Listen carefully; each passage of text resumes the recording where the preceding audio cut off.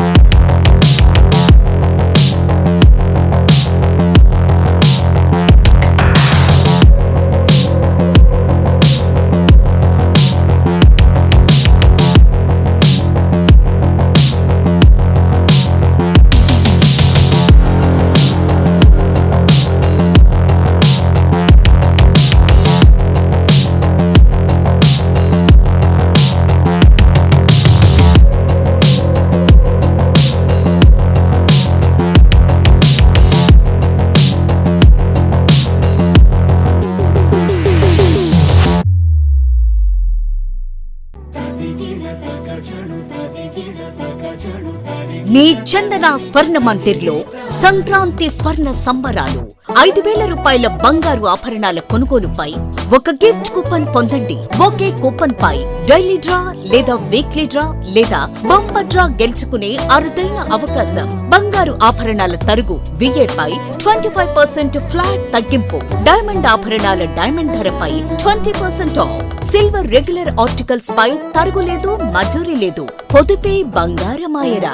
చందన స్వర్ణ మందిర్ మీకందిస్తున్న 2 బంగారు పొదుపు పథకాలు. ధన ఉత్సవ్, స్వర్ణ Utsav. Flexi advance purchase plan లో చేరండి. బంగారు ఆభరణాలపై 18% వరకు తరుగులేదు.